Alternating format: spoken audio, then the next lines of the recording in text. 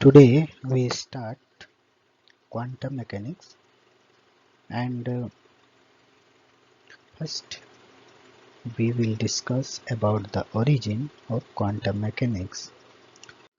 So here the introduction.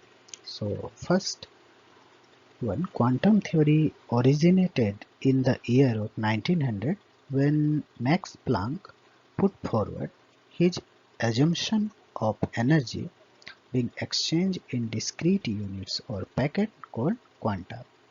तो quantum theory जो है ये 1900 ईस्वी में ये स्टार्ट हुआ वहाँ से, जब ये मैक्स प्लांक कुछ एजम्पशन दिए एनर्जी के बारे में और ये बोले कि जो रेडिएशन होता है, रेडिएशन ये क्या है, वहाँ पर एनर्जी जो है अलग अलग पैकेट में होता है और उससे मिल के वो पूरा कंप्लीट रेडिएशन बना होता है और एक पैकेट में उसका एनर्जी h न्यू होता है.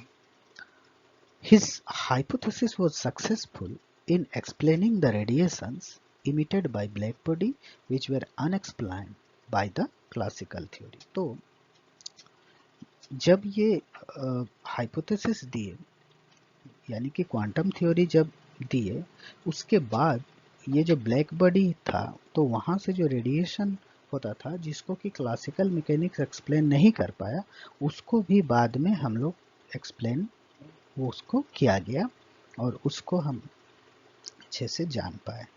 तो Planck's hypothesis was supported by Einstein's who gave the theory of photoelectric effect in 1905. तो प्लांक्स थ्योरी को आइंस्टाइन ने भी सपोर्ट किया जो कि फोटोइलेक्ट्रिक इफेक्ट 1905 में दिए. There are many scientists who give the contribution to quantum mechanics such as de Broglie, Heisenberg, Schrödinger, Max Born, Paul Dirac, nails bore etcetera. तो बहुत सारे साइंटिस्ट जो हुए वो क्वांटम थ्योरी को डेवलप करने में इसमें कंट्रीब्यूट किए. This theory can be defined as a set of principles that explains the nature and the behavior of matter and energy on the subatomic and atomic levels. तो ये जो theory है ये क्या है कि बहुत सारा प्रिंसिपल का कॉम्बिनेशन है, उसका सेट है और इस सभी थ्योरी से हम लोग इस सभी प्रिंसिपल से क्या कर सकते हैं, जो नेचर है उसका बारे में स्टडी कर सकते हैं, उसके बिहेवियर के बारे में स्टडी कर सकते हैं. जैसे मैटर है, वो मैटर जो है एटॉमिक और सब एटॉमिक लेवल में कैसा है उसके बारे में हम लोग इसमें स्टडी कर सकते हैं. तो मैक्स प्लांक जो है इनका पूरा नाम मैक्स कार्ल प्लांक था जो, और ये मैक्स कार्ल अर्नस्ट ल्यूडविग प्लांक है ना, ये एक जर्मन थ्योरेटिकल फिजिसिस्ट थे जिसको एनर्जी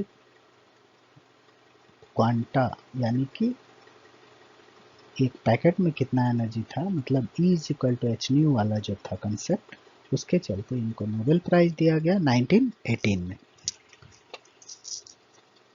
तो ये फ्रेडरिच विल्हेम्स यूनिवर्सिटी में प्रोफेसर भी रहे जो कि बर्लिन में है.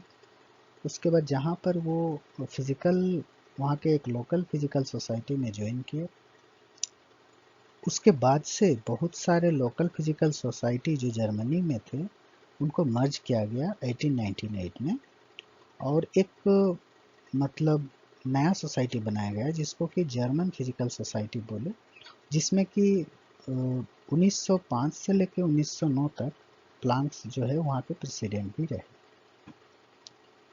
तो प्लांक्स का हाइपोथेसिस था, वो बोले कि electromagnetic radiations carry energy in packet और बंडल्स नॉन एज फोटोन और क्वांटा. तो जितना भी इलेक्ट्रोमैग्नेटिक रेडिएशंस है वो क्या है, एनर्जी कैरी करता है पैकेट में या फिर बंडल्स में, और उन पैकेट को हम लोग क्या बोलते हैं, क्वांटा बोलते हैं. और उसके बाद 1901 ईस्वी में वो क्या किए, कुछ हाइपोथेसिस दिए.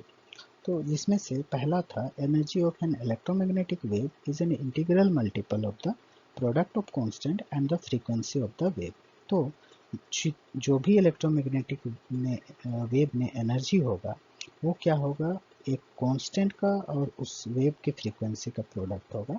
तो जिसमें इसमें वो एक एक्सप्रेशन दिए E is equal to N H nu. तो अगर जहाँ पर n का वैल्यू 1 2 3 हो सकता है, तो या फिर उससे भी आगे हो सकता है। तो जैसे मान लेते हैं अगर यहाँ पर पहला एक अगर बंडल का बात करें तो यहाँ पर 1 हो जाएगा, तो E is equal to H nu, यानी कि energy of a single bundle और packet that is photon is h nu. तो यानी कि एक पैकेट का, उसको हम लोग फोटोन बोले, उसका जो एनर्जी होगा वो एच न्यू होगा। उसी तरह से दूसरा था, a source of electromagnetic waves emits energy when it goes from higher to lower energy states। तो कोई भी इलेक्ट्रोमैग्नेटिक वेव्स का जो सोर्स होता है वो जब हायर से लोअर एनर्जी स्टेट में जाता है तो वो एनर्जी को क्या करता है, इमिट करता है। और उसके बाद में it absorbs energy when it goes from lower to higher energy state. और ये एनर्जी को एब्जॉर्ब करता है जब ये लोअर से लेकर हायर एनर्जी स्टेट में जाता है।